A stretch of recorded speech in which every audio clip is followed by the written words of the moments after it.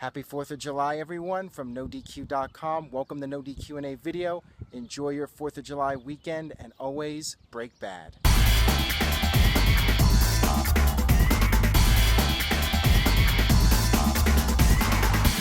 All right, let's get started here with the first one from Niall Corbett. Hey Aaron, longtime viewer, you're part of my routine while chowing down for dinner. How refreshing was the Japanese crowd for Beast in the East? I loved the tradition and thought the crowd added so much to the show. Would love to see more live from Japan. I've gotten a lot of questions regarding the Beast in the East show. I almost call it Beast from the East, like Bam Bam Bigelow. I thought that it was a very different type of WWE show. I liked the fact that it was unique and something we usually don't see on WWE television. Everything from the crowd to the entranceway to the production of the show, it just had a different feel and a different vibe, which I liked. And I would like to see more of in the future. I would like to see things changed up a bit. With the current format WWE has for Monday Night Raw and their television shows in general, it's the same thing every week. It's the same look, the same set, everything is the same. I like the fact that we got to see something a little bit different, and I love the whole thing about the Japanese tradition with the fans doing that introduction during the title match. I thought that was really cool, and I thought it was an entertaining show. It was, like I said, a different type of WWE show than what we're used to seeing. And I'm hoping that they'll do shows in England, do shows in Mexico, and really use the culture as part of the show and implement that into the event. And I got this question here from Sexual Vanilla 28. Hey Aaron, what is your opinion on who you believe should be the one to eventually beat Brock Lesnar? I know you've touched on it on some of your past videos, but if you were in charge, who would you go with? If it was me, I'd go with Balor. Please answer in video, thanks. Well, right now, I would say it's too soon to go with Balor, even though I do feel he's going to be a major superstar in WWE. He's the NXT champion now. He's going to remain on NXT, at least for the foreseeable future until he loses the title. I'm guessing it'll be at least a couple more months before he ends up on the main roster. I feel that right now there's really no suitable person to beat Brock Lesnar. A year ago at this time, I would have gone with Roman Reigns, and obviously that did not pan out. I'm not sure if Reigns is the guy. I suppose you could build him up again and have him beat Brock Lesnar at SummerSlam. That could definitely happen. I just don't know if fans are going to accept that.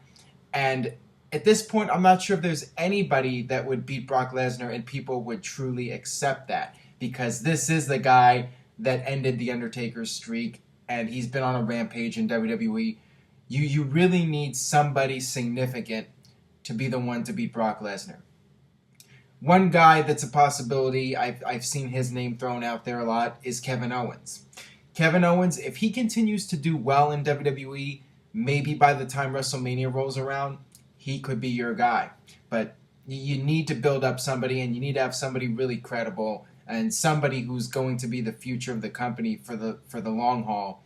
That needs to be the person that beats Brock Lesnar. And right now, I just don't know who that person is, and it might be too soon. If it's Reigns, I don't know if that's going to work. All right, moving on here. Got this question from Raw is War 98.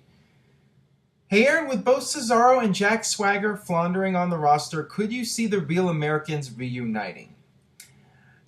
I don't really see a point in that happening. That storyline was played out. You had this gimmick with the Real Americans, and you had Zeb Coulter out there. It's just going back to the past, and it was more of a topical type of gimmick and storyline, with Zeb coming out and doing his speeches and all that. It just worked for that time period. Right now, there's really no purpose in doing that. I feel that is an angle that ran its course, and to me, reuniting those guys would not help either of them. That would be a very desperate attempt to get both of them in a significant role on television. So I'm against it personally. And I would be very surprised if WWE brought back the Real Americans, unless there's a good reason to do it. If there's something that happens in the world, there's a big topic that goes down, maybe you could make an argument for bringing them back. But otherwise, don't see the need to bring them back as a group. And I got this question here from Kayfabe Candy Ass.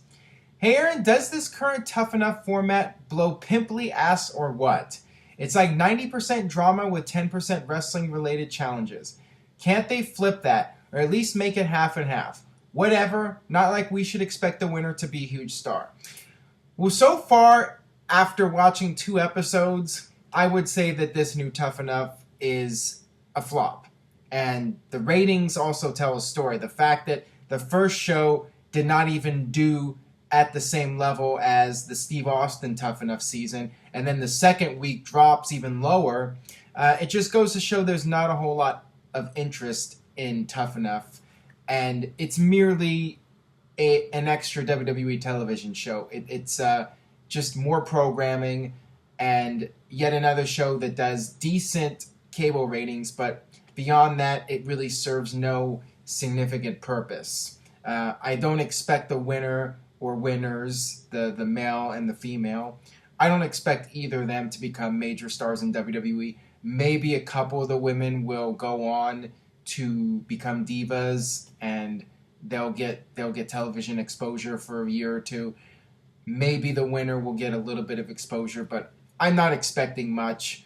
And I think if you just keep your expectations low and just watch it for entertainment value, then I guess you'll be all right. But to me, there's not even much entertainment value in it because it's just a very generic reality show, and there's dozens of shows that have aired over the years that are exactly the same in terms of format. It's just that these guys are trying to win a WWE contract, but they could be going for a $1 million prize or becoming a model or becoming a chef or any number of things. It's just it's very, very cliche, this Tough Enough show. All right, this one comes from That Boy Smiley. Hey Aaron, I'm wondering why doesn't WWE push the more Hispanics and African American superstars? Not trying to get racial or nothing, just seems to me like they have a lot of good talent, but they always want to drop the ball with them. Please answer in video. Oh, here we go again. Vince McMahon does not judge people by the color of their skin, their heritage, their sexual orientation. Look at Pat Patterson, for example. He is one of Vince's right-hand guys, and he's gay. Vince McMahon only sees one color, and that's money. If Vince sees money in somebody, it doesn't matter what they look like or what their background is, he's going to push them. Although, I think if Vince has any bias, it's not a racial bias, it's a physical size bias. When you look at the people that Vince likes to push, he will perhaps be more likely to give a push to somebody who is 6'7" and is jacked and is just this huge bodybuilder type personality. That's the only real bias I think there is with Vince, because that's what he thinks sells tickets. He thinks that the guys that are larger and bigger and are superhero-like characters, those are the type of people that fans will spend money on. All right, this one comes from Relly CZZ.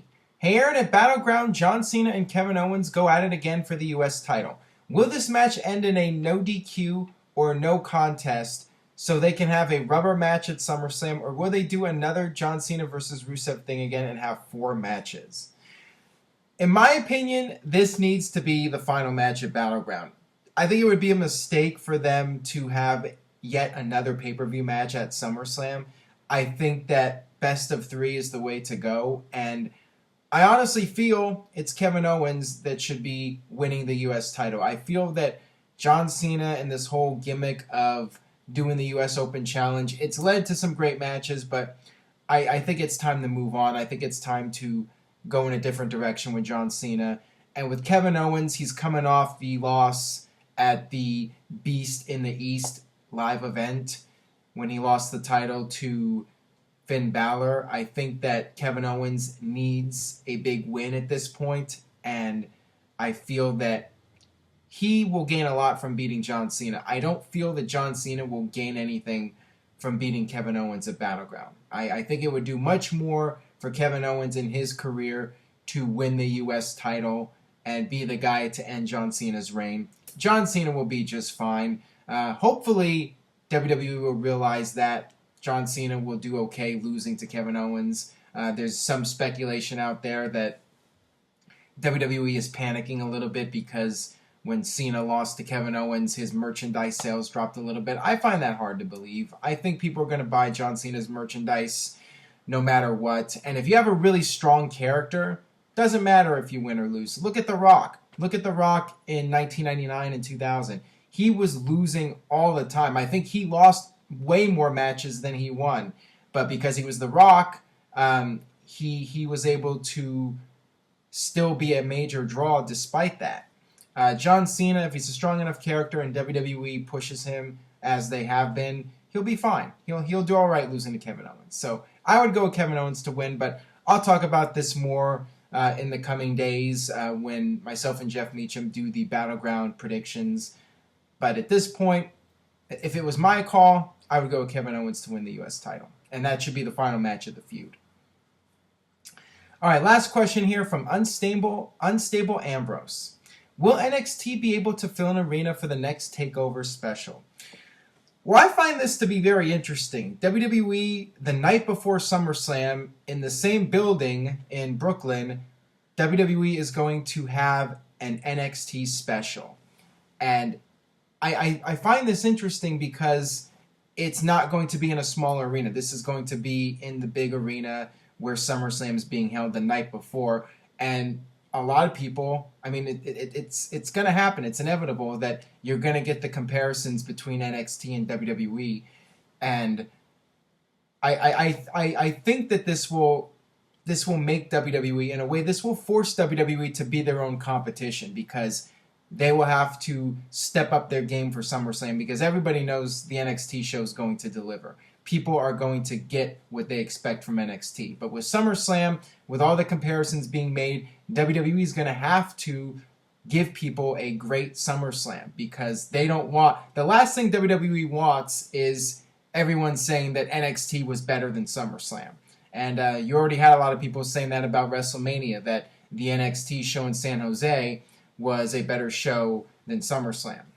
And that San Jose show was not aired on the WWE network, and that was not in a major arena. So you really have an interesting situation here where it's WWE competing against itself, basically, with WWE, the main roster for SummerSlam, and NXT in the same building the night before on the WWE network.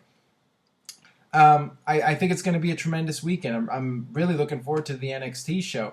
And it's kind of a bummer for me personally because this is the first year in 6 years that SummerSlam's not in Los Angeles. I would have definitely gone to the NXT show. And I think they're going to have no problem selling it out. I mean, finally getting to your question here. The fact that it's in the New York market, that is really the best place to go outside of Florida for the first time. I expect them to be able to easily sell it out. It's going to be a tremendous show. So I have full confidence they're going to pack that arena, and it's going to be an awesome show. And hopefully SummerSlam can measure up and be just as good, if not better. It should be better, but it's going to be a tough task. I mean, SummerSlam's really going to have to deliver.